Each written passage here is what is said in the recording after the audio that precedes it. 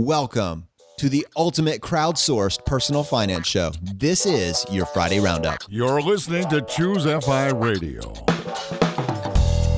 The blueprint for financial independence lives here.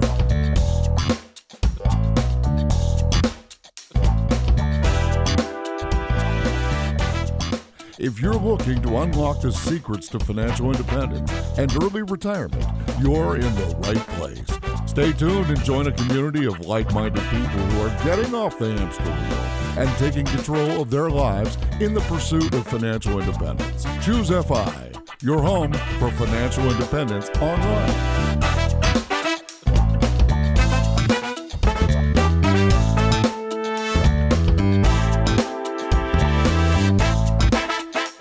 All right, guys, congratulations. You have made it to the weekend, and this is your Friday Roundup. As usual, I have my co-host Brad here with me today. How you doing, buddy? Jonathan, I'm doing well. I'm a little bit tired. We just got back from FinCon, which was amazing. But yeah, it was 5 nights of going to sleep after midnight, which is very, very unusual for me. I can go like entire years without seeing midnight. So yeah, it was a lot of fun, a lot of energy, a lot of discussions. It was fantastic. And it was your first one. I'd love to hear your thoughts on it. I don't even know where to start. I mean, I didn't know what exactly we would get out of FinCon. You know, we went, I knew this is something you had been excited about for years. This is your fourth one. This is my first, like you said, but it just blew my mind. I mean, first of all, you get to solidify these relationships that you've had online with people that you've been communicating by email, but you can instantly become closer in person over a 5-minute conversation than you could over 50 emails because there's an intrinsic level of trust that's built into those conversations. I mean, you're with like minds. So that was one thing. And then, so that the general camaraderie of the event. But then aside from that, I mean, basically, Brad, we were able to set up our guest and get an idea for the flow of the show in 1 4-day week. I mean, it would have taken me weeks and weeks of thought to figure out where are we going to take ChooseFI into next year? What sort of topics do we want to discuss? I was basically able to meet a large percentage of the people that we're going to bring on the show next year and kind of get a chance to hear their story, a little bit of it, and kind of build a flow going into 2018. So talk about just a wonderful opportunity. And I'm just incredibly excited about where ChooseFI goes, but also how we're able to continue to bring this community together, to share ideas, to share the diversity of our experiences, and really empower our audience to be able to pick what works for them. And as you can hear, I think my voice is cracking just a little bit because I talked nonstop for 5 days straight. It was amazing. Yeah. To the audience out there, I'm sure you can imagine. So imagine Jonathan's enthusiasm run wild with hundreds of different bloggers and different members of the FI community there. And it was amazing. It was like, I basically like set a tornado free by bringing you to FinCon. It was like the coolest thing ever. Yeah, it was just really a blast. And frankly, like you and I got to spend time talking about the future of ChooseFI and like where we see it going, how we can bring the community in even more. And I mean, we brainstormed ideas just in person that even though we live 20 minutes apart, we don't get together in person all that much in the grand scheme of things. And we spent basically 24 hours a day together for 5 days. And just for everybody out there, we've got some real big plans like actually for the website. And I think this has really been focused on the podcast, but we think we have a unique opportunity to bring a lot of the community and different perspectives into the actual website. So definitely stay tuned. I know this is a big teaser, but 2018 is going to be a big year for the website to basically run concurrently with the podcast. So I think it's going to be a lot of fun. And Jonathan, frankly, like we would not have come up with this idea if we weren't at FinCon together, you know? And like, that's what's so cool and serendipitous about meeting people in person. And to your point about meeting someone for 5 minutes and getting to know them more than you could ever imagine, like you really can't overstate how important that is. And it was just like so cool on a personal level also to have people come up to us. Like this was my 4th FinCon, like Jonathan said. And in the past, sure, some people have known me from Travel Miles 101 and Richmond Savers and all, but this was the first time that I felt like people were really coming up to me and you obviously, and just saying like, we listen every single week to ChooseFI twice a week, and it's such an important part of our lives, and we love what you're doing and keep it up. And it was just so reassuring and wonderful, and just you could feel that energy. And also the actual FI community at FinCon has grown exponentially. You know, we talk about the fire is spreading, my friends, right? That's how Jonathan closes every episode. And I know, I guess 3 calendar years ago, 4 FinCons ago in New Orleans, there were basically like maybe 10 to 15 of us in like the quote unquote FI group. And, it was like me, Brandon from Mad Scientist, Jim Collins, Carl and Mindy from 1500 Days, and, a few other people, Mr. Money Mustache. And that was really it. And now, Jonathan, there were probably 200 different people from the FI community, different FI bloggers, even just members of the community who decided to come to FinCon, maybe after hearing all of us talk about it for years, and they just wanted to be a part of it. And it was really wonderful. Yeah, how crazy is that? There were 1,700 people at FinCon, and of those, these are the early adopters. These are the people that are in this space, but a just absolutely ridiculous percentage of the attendees either were avid listeners of the ChooseFI podcast or we were on their radar. And what blows my mind is there were 1,700 attendees at FinCon this year. And like you said, this incredibly large percentage, 200 to 400 of them identified as being in the FI community. That's unheard of. That is exponential growth. That actually makes exponential growth sound small with the numbers Brad was talking about earlier. But then on top of that, just how aware people were of this little show that Brad and I have put together over the last year. And we actually met people in our Facebook group, people in our community. So to Lena and Michelle, I know you guys came up and said hi. Thank you so much. It was so wonderful meeting you. And I think there's an opportunity. You can see the value in getting a chance to just take these connections that we've made and you see the power of just being able to meet people in person, and it just affirms these ideas in your mind. It solidifies them. And I think it motivates you to pursue this with even more enthusiasm and passion because you realize that this is real. This isn't a guru session where someone is upgrading you to a class and they want you to put $20,000 on your credit card. This is just the simple actions that you can take that are replicable. And if you do this, you're going to retire decades ahead of your peers. So just really special to actually meet people inside of our community and also to some degree just be validated by our peers to say, hey, not only, we've been hearing about you guys and we're getting value from what you're putting together. So please keep it up. That was just really special. Yeah, no doubt about it. And also talking about community. While FinCon is great, and I'm sure it was neat for people who aren't bloggers to be there and just feel the energy and all that stuff. At the end of the day, it still is a financial bloggers conference, right? And like what we really want is these FI-centric events. And I think that's what Steven is starting with Camp FI, especially in 2018. I know he plans to have many different sessions. And we have the ones in Florida in January. In April, it'll be here in Virginia. And he has plans to expand it to multiple different locations. So I think that would be a wonderful way just to get together with like-minded people for a weekend, right? For 3 nights and just spend time with these discussions that you don't get in real life. And it's just so important and you just feel energized. It's hard to even put into words. You don't have these conversations normally. And at least I don't feel that camaraderie with just people in your real life who you're talking about, the normal platitudes, the weather, your job, etc. You just get deep really quickly. And it really is fascinating. And it just reaffirms this entire concept, this entire life that we've chosen, and really the future of the FI community. It all is just coming together and the fire really is spreading. And there's some other stuff. And I think the untold story here that people may not be aware of is the growth of the local groups. Right now, there's 2 ChooseFI local groups in California, one in San Diego and one in, I think it's Riverside. There's also a ChooseFI in Oklahoma and Wisconsin. There's 2 about to form in New York, one for New York City and one for the state. And we're seeing several of these pop up every couple weeks. So this has the potential to spread all over the United States. We already have people in place that have said, we'd like to start something. We'd like to see it grow. It'd be really cool if we could see some consistency across the board. But the overarching theme is just connecting people of like mind. So your first question with someone that you meet in your local area isn't what do you do, but what are you passionate about? And that is essentially what we're trying to form.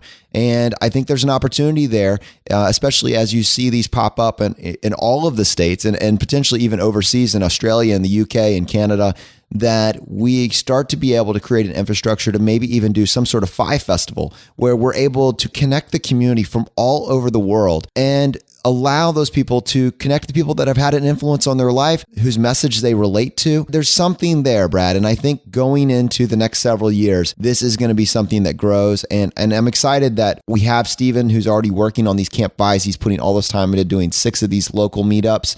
And maybe there's an opportunity there to even see that grow into 2019. All right, guys. Well, we wanted to take just a few minutes and kind of catch you up on some of the details. Trust me when I say that there is so much more to come. But I think that is just kind of a great overview. And you can hear how excited and enthusiastic Brad and I were about doing this podcast. I'm literally turning around and going to Cape Town, South Africa. I know you have heard about this trip. That is coming, but we really wanted to give you guys this quick update. And the other thing we just wanted to take a few minutes and talk about today was this wonderful episode that just released this past Monday with Jeff, the Happy Philosopher. This was an episode talking about the pursuit of happiness. And what's interesting about that is I think it's very easy to get tunnel vision on the pursuit of money. And if that is your tunnel vision, if that's all you're dialed in on, and you get to a point where you have more than enough money and you have nothing else taking up your time and you haven't spent any time thinking about what actually makes you happy, what if you have this realization, I have unlimited time, I have unlimited resources, and I'm depressed? What a miserable place to find yourself.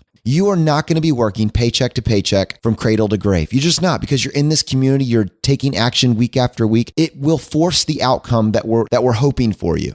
I mean, it's just a function of the math, right? So we've got you covered on that front, but we need to take a few minutes to talk about the reality of the fact that what do you fill your time with and what do you get excited about? What do you get passionate about when you have that realization that I've already had, that Brad's already had, that people that have been in the space have already had? You need to start planning your happiness now. You need to start cultivating this sense of happiness. And so, we're going to dive into that a little bit more. But what I thought was so powerful about Jeff's message was that he talked about removing things that were adding low-level stress to your life. He landed on this idea of happiness through subtraction, right, Brad? Yeah, no question about it. And I know I've seen this in my own life. And I think it's important just to take a step back for a second and just say the pursuit of happiness is truly a process. It's as much about mindset as it is about anything.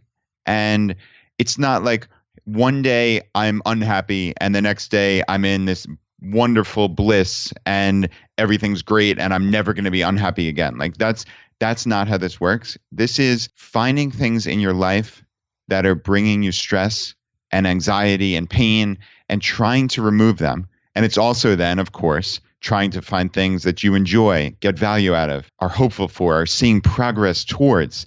Like it's all of these things. This is not something that happens overnight. It is that process. And it's really being introspective about your life and finding out what is working, what isn't working, and just continually testing. And I know for me, a lot of it was removing things that weren't serving me. And really TV, news especially, and it's not just in light of recent political things or anything. People ask me that, like kind of jokingly. It's not that. It's just the turning on the local news and seeing about the murders 15 miles away and bad things happening at schools. It's this constant state of helpless anxiety, and I can't do anything about them. And what does it serve me to have that anxiety in my life when I could be spending that half hour playing outside with my girls? We could be running around and playing games and singing songs or doing whatever it is. That to me is just so much more valuable time. And I'm not saying be ignorant, obviously. I still scan the headlines. I have some sense of what's going on. I'm still clued in, but I just don't spend the time and hours worrying about it. And I think the news is the most obvious thing. I think also like sports.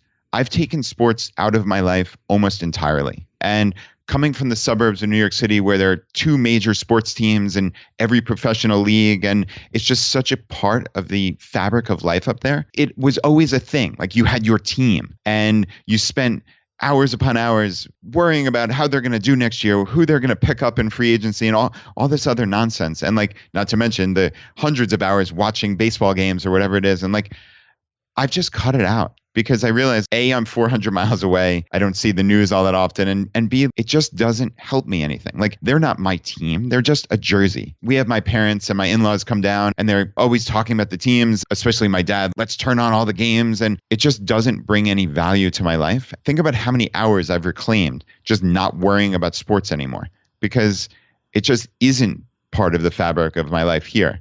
My family is. And the things that I find value from, that's what I'm moving towards. And it's just really assessing all these things in your life that do and don't serve you and just trying to be a little bit better every day. It's just like FI, these life hacks that we're constantly talking about. You're not expected to revolutionize your life in a day or a week or a month. It's this process just towards being a better version of you. Yeah, that's powerful. And I loved what you were talking about, especially that helpless anxiety.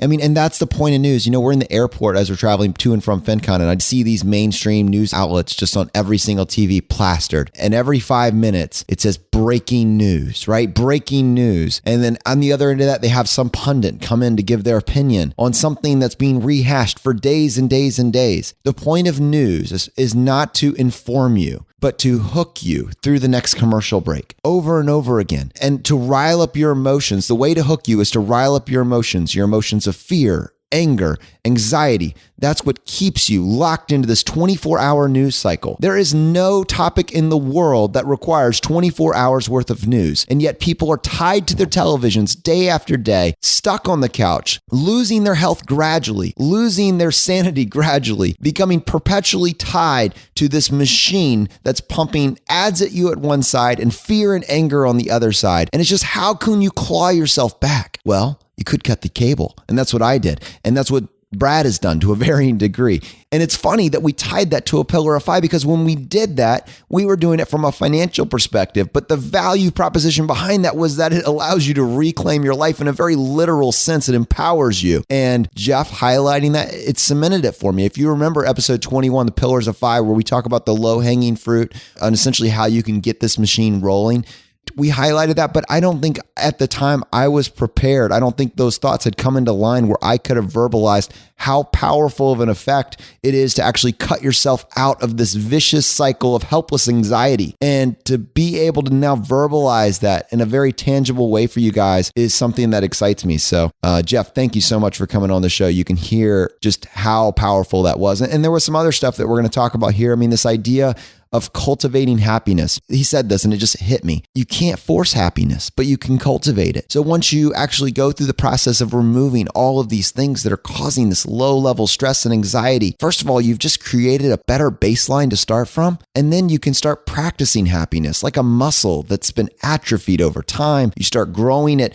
and you start adding in, what did he call it? Was it the kittens? You start adding kittens back to your life. Now you just have this better baseline. Yeah, no doubt. I love that. Kittens and alligators, right? And we've gotten rid of the alligators, and now it's start adding kittens, right? And it's just looking for little things in your life that bring you joy or that you get value out of. I know for me, it's reading a book, or like I've said before, like singing with my daughters. And we now every single night, and I know last night was especially interesting because I was back from 5 nights away. They immediately wanted to turn on the TV, load up Amazon Prime Music, and just go through all of our fun songs. So, I mean, we listened to like 7 different Taylor Swift songs, and we're just sitting there like belting out the lyrics as a family and dancing and singing. And like, that's just so cool. And believe me, this is something that would have been out of character for me back in the old days. I'm not especially a good singer or dancer, but who cares when you're with your 9 and 5-year-old daughters? They're just having a ball, and they're going to remember that stuff. They're going to remember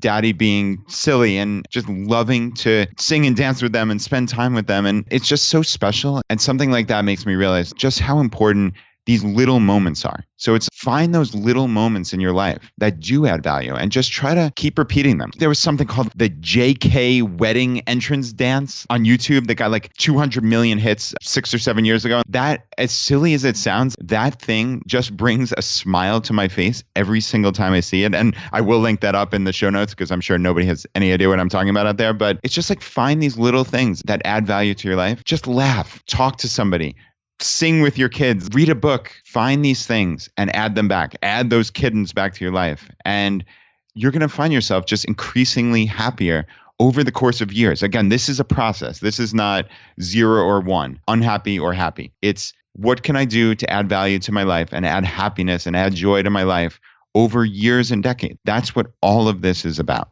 And I love that he finished talking about the idea of gratitude. And basically, in his own words, at least in that article, gratitude is the foundation of my happiness. It's a skill which is like no other. If it were a drug, it would probably be illegal because of how good it makes you feel. Gratitude is the soil in which happiness grows. And I love that. And frankly, I'll be honest, of the list of virtues that I think through, like, honesty, integrity, kindness, gratitude doesn't show up on that list for me. I don't really spend any time thinking about it. But you realize the subtlety and how powerful it actually is when you can cultivate that and the implications of that. If you realize, like you said, we've said in a past episode, you are living at the apex of human history. There is probably not a better time when you could have ever hoped to live. At what point in time do we have the opportunities that we have today? And just the fact that you're listening to a podcast, that you have access to this information, that you have sanitary running water, that you have the privilege of being in a car while you're stuck in traffic. It's just, if you can reframe life to all the things that we rightly should be grateful for. You have your health,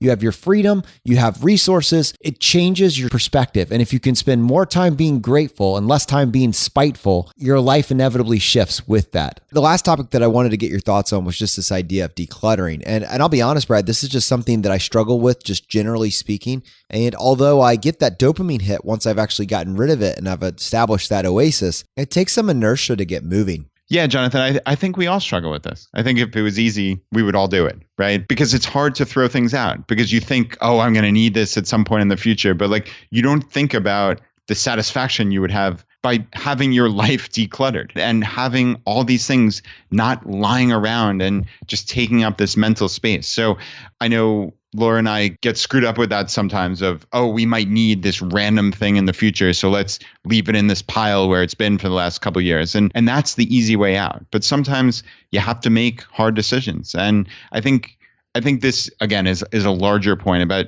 just decluttering your life in general. And none of this is easy, but just like anything in FI or in life, you need to start today making these little changes that will impact you positively in the future.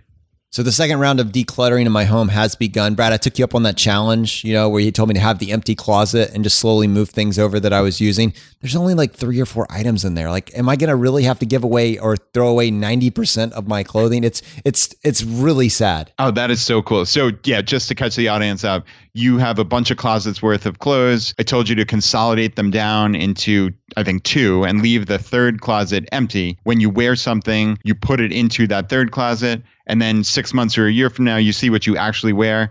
Everything else should be donated. And you're telling me that there's only a handful of things that you're actually wearing on a regular basis. Yeah, it's disturbing. It's beyond belief sad how much I will have to, based on the parameters of this challenge, I will have to give away or donate. Really, really sad. Well, we're talking about happiness, right? Reframe it as some charity is going to get an immense amount of really wonderful clothes. And many someones are going to get to wear these clothes in good health and get to enjoy them, right? This is perfect. You couldn't have walked backwards into this better if you possibly tried. Right? It's about reframing that situation. It's not, oh, I spent so much money on this, I have to hold on to them. No. I'm not wearing these things. The proof is in the pudding. I just did a year challenge to see what I actually wear.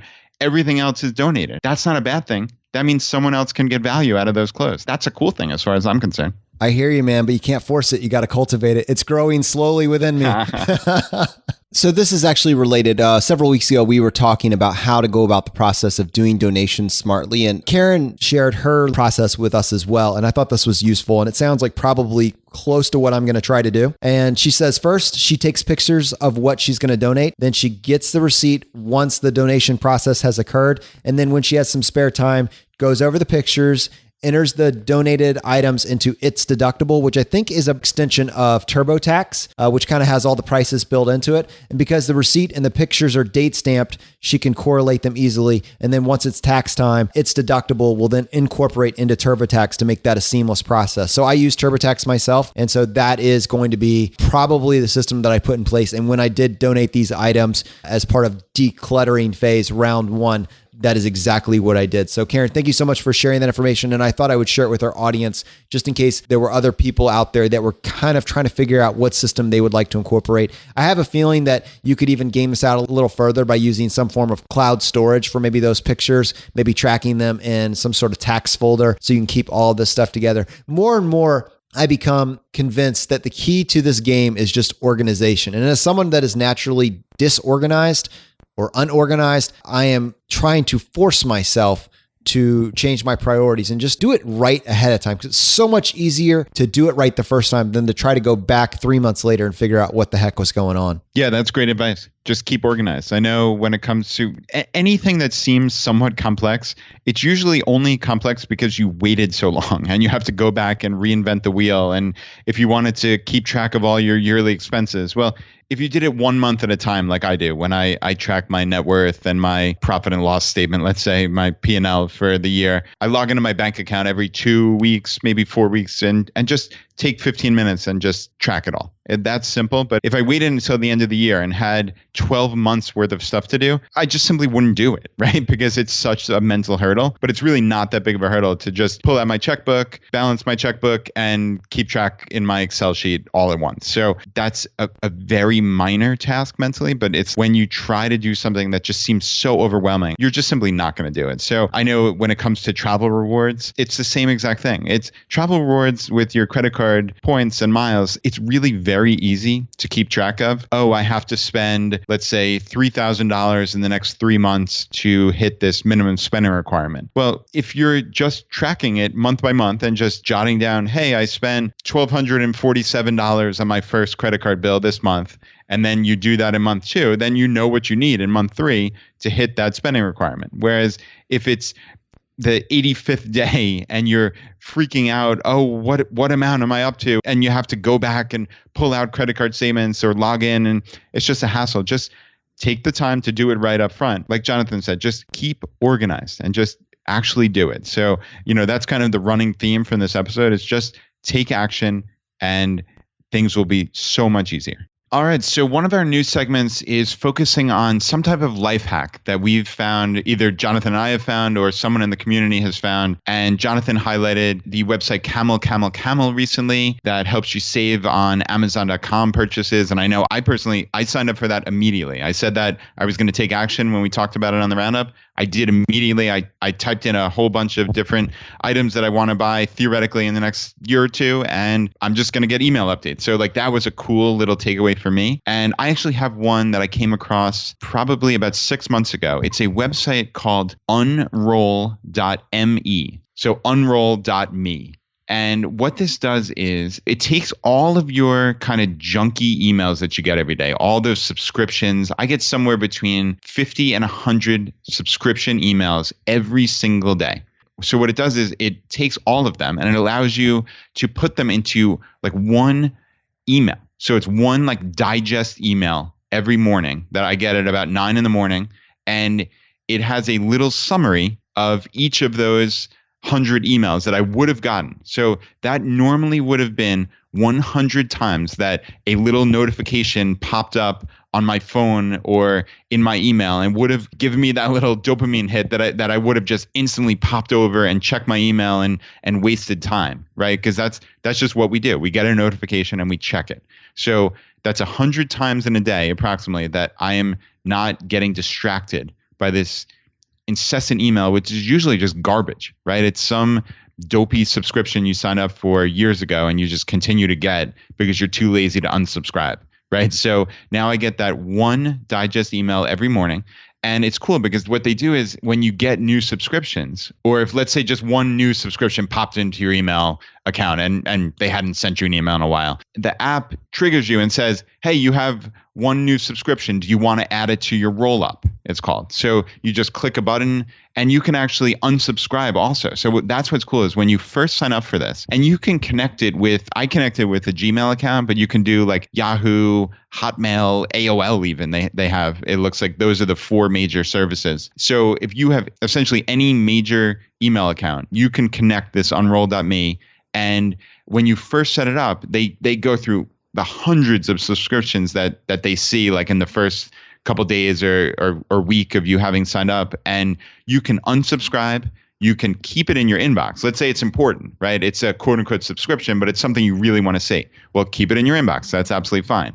Or you can unsubscribe, which is absolutely awesome. So it's really the most effective little life hack because I don't get that many emails anymore. So I've, like I said, I knocked out about 100 emails a day and it's just in this one. And now what actually comes into my inbox is usually pretty important. So this sounds like a minor thing until you actually implement it. So I really implore you, just head over there and just sign up. It really will make a difference in your life. It's surprising to me, Brad, the things that we both use that we haven't actually talked about. But then when we say oh yeah, everybody needs to do that. Of course, everybody should be using this. And unroll.me is another one that I've used for a long time. And and also a lot of the people that are just optimizers and have figured out different workflow stuff, they've latched onto this as something that just makes their life a little bit easier. We're just trying to incrementally make your life just a little bit easier, one life hack at a time, right? And I just find it so fascinating that we won't talk about this stuff, but then finally, when we do bring it up on the podcast to share, we're both doing a lot of the same stuff. Yeah, that's really cool. I had no idea you used it. So yeah, that's good stuff. And so many of us out there have these little silos of information and we need to share them. I know I sound like I'm beating a dead horse here with all the time, but like I want my life to be better, right? And I know that you, the many, many thousands of you out there have cool things. Share them with us. That's what we want and that's what we need. So yeah, again, send us a voicemail if you've got some cool little life hack that someone can implement in a couple minutes or an hour, whatever it may be, like something that somebody could implement and take action on today. Like we need to hear your life hacks. This is crucial for us. So thank you as always in advance for taking that time and really helping this community. So we got this email from Paul, and he says, I recently began listening to your podcast, and I love what you're doing. You're providing a truly important service. I probably don't fit your typical demographic. I'm in my late 50s and have reached FI. I wish your site existed 35 years ago. During my journey to FI, I often felt like an outlier. Bringing like-minded people together to share ideas, offer encouragement, and help each other succeed is really important on this journey. I'm hoping you can help me with the challenge I face. I'm trying to understand the best way to get my children, ages 23, 26, and 29 on board. They're all pretty good savers. They max out their 401ks, but could help themselves much more if they understood and embraced the principles of FI. I think I'm mostly dealing with the case of each child feeling relatively successful, wanting to demonstrate they are independent, and feeling they are already doing a good job saving.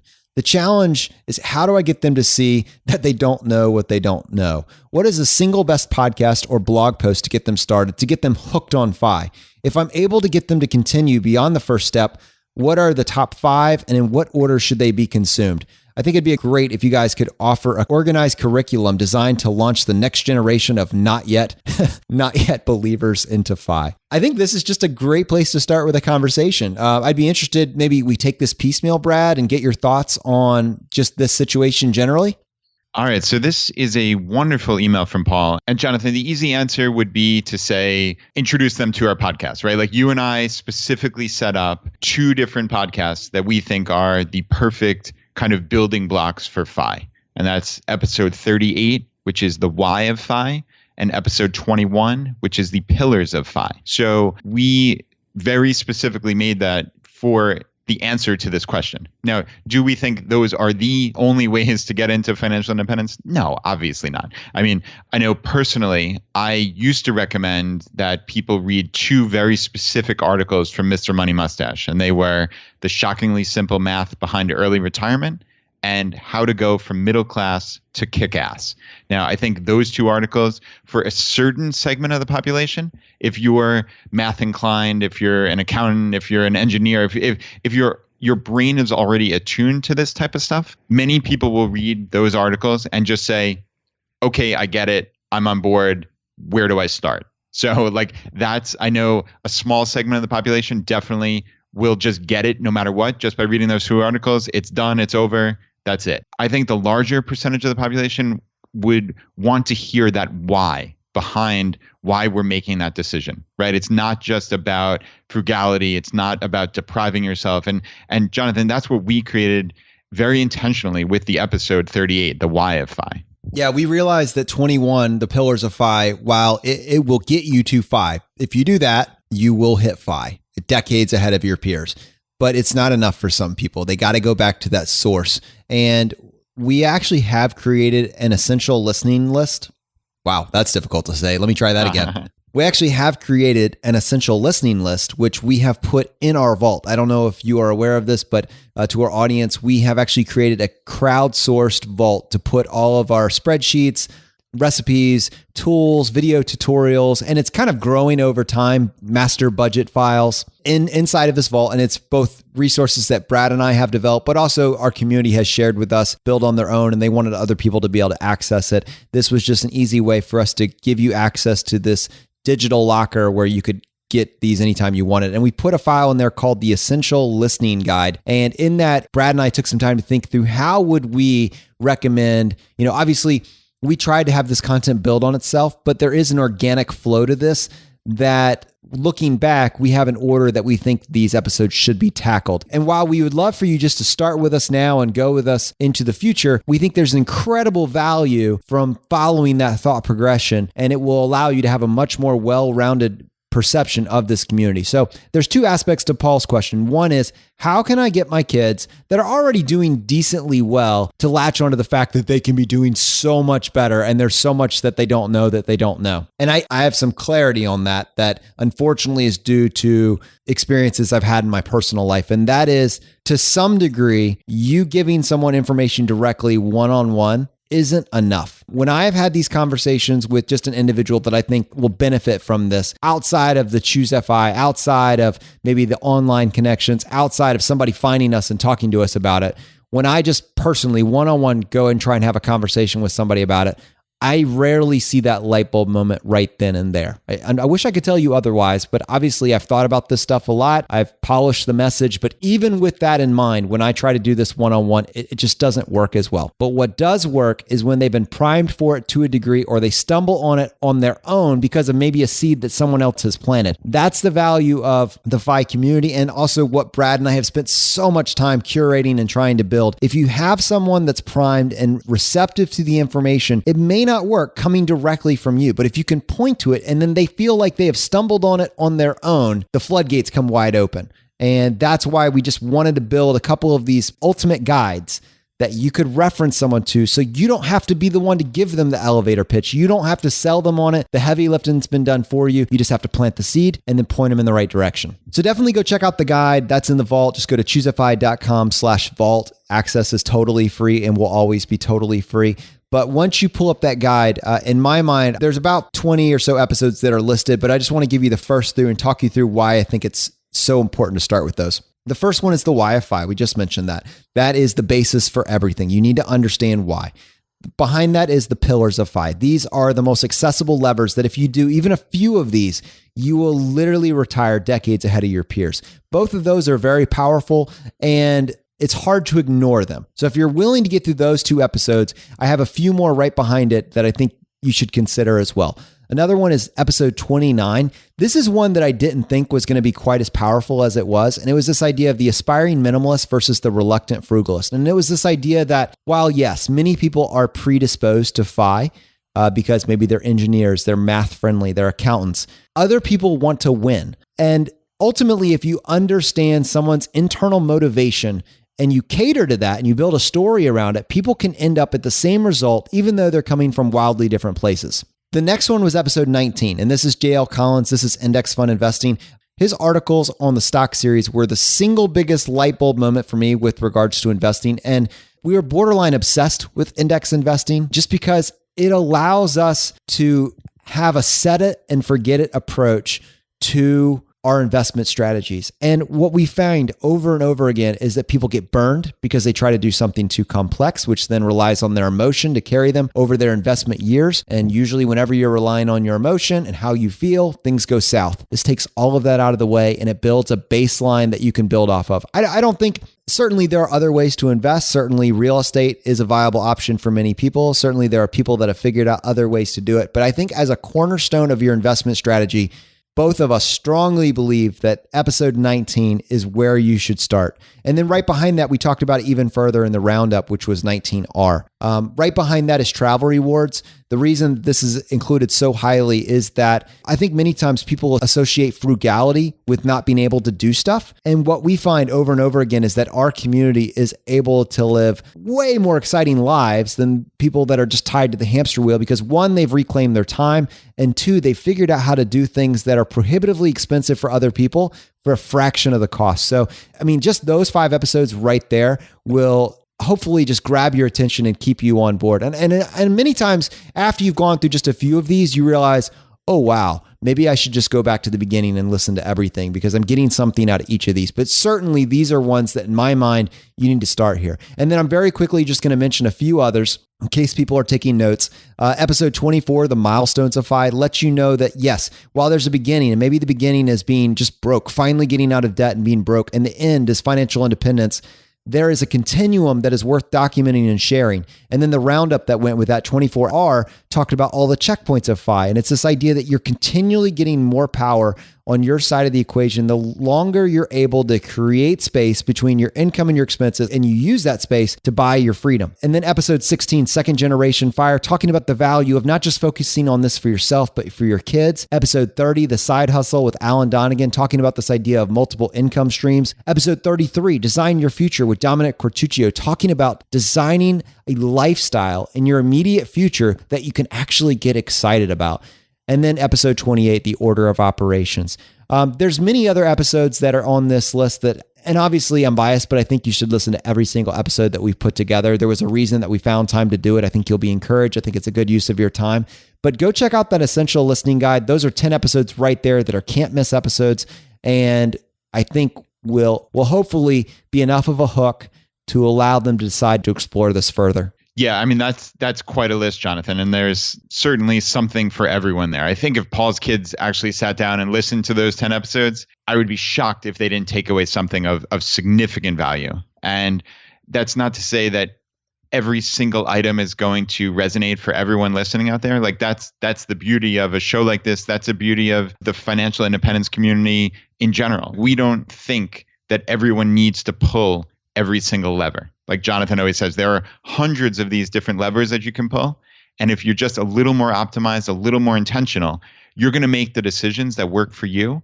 And therefore, you're going to be in a better place than you would have been otherwise. And I think that's really the takeaway. Like, we're not trying to say you have to listen to our podcast and do every single thing that we say. Like, there are plenty of different sources of information. There's tons of different websites. Like, you have to find what resonates with you.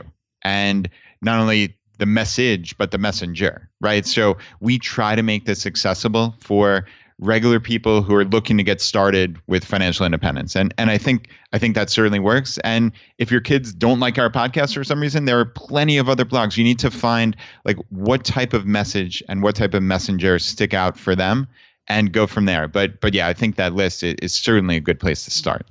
All right, Brad. So I have a Fire in the News bulletin to make right now.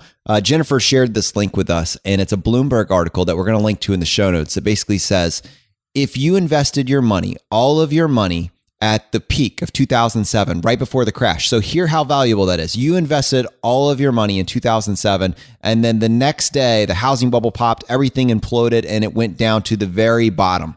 As of this week, this is the point in time where your money had not only recovered, but doubled. And I just think that is worth highlighting, putting an asterisk, an exclamation point beside it, and saying, this is why we don't try to time the market. So you're saying if you put your money in at the absolute worst day in 2007 and saw it just crater over the coming years, but you didn't freak out and pull everything out, that not only would it have soared back to where you were, but you would have doubled that amount? Yes. As of this week, it hit that point. Wow. Yeah, that's remarkable. So that's 10 years. Not only did it recover from what could have been a 50% drop or whatever the exact number is. So it fully recovered from that and then doubled. That's amazing. Historical context is what allows us to make wiser decisions in the future, right? Learn from the past. And we have people message us saying the stock market, it just keeps going up. And I have this windfall, or I have this money, I have $10,000, I have $100,000. Like, I don't want to drop it. I want to keep it in the bank. I want to keep it on the sidelines because I want to be there for the crash. I think it's overvalued. And so I'm just afraid to get in right now. And you know what? If I were going to predict out the future, it's not going to be roses. In fact, there's going to be catastrophes. There's going to be wars, natural disasters. There's going to be all of these horrible things that I wish we could avoid, but it's going to happen. Doesn't matter what I want. Bad things are going to happen. Personally, despite all of that, I am going to treat this like 2007. For the people that had their money in the market and they put it in on the absolute worst possible day, but they had steel in their spine and they didn't sell at the bottom, their absolute worst case scenario today is that you doubled your money. So on the one side, you could say, well, the market is at or near an all-time high. Surely it's going to crash, but you don't know that. This could be the lowest the market ever goes. And instead of trying to bet on the exact day of the crash, and keeping all of that money on the sidelines, recognize the inexorable upward trend over time, Put steel in your investing spine, which takes care of the worst case scenario, which is that you sell at the bottom, and then focus on what you can control. There are so many different things that you can control. The market just simply isn't one of them. Focus on your savings rate. Focus on your investments in alternate asset classes like real estate, business, side hustles, etc. And going back to what we were talking about earlier, shut off the noise. This path that you're on doesn't depend on the 24-hour news cycle propping up the S&P 500 or Jim Cramer going all in on one hand or Amazon picking up HQ2 in a specific city. You're not relying on that. You have a backup plan for your backup plan. That's powerful. All right, guys, well, that's going to bring this episode to a close. And I got lucky because I can feel my voice getting worse by the second. Thank you, FinCon. But as you guys know, we finish every episode by doing a drawing for a copy of a book that we found useful. We normally feature 2 books, Dominic Cortuccio's book, Design Your Future, and J.L. Collins' book, The Simple Path to Wealth. If you want to participate in that drawing, it's super simple. Just go to ChooseFI.com/iTunes. Just follow the instructions there and leave us a short written review. And then just send us an email to feedback@ChooseFI.com letting us know what screen name you left it under. And then every Friday, we announce the winners on our Friday roundup. And we do 1 book for every 5 written reviews that we get. So Brad, how many winners do we have today? All right, Jonathan, we have 1 winner today. And Scott said this is his new favorite podcast.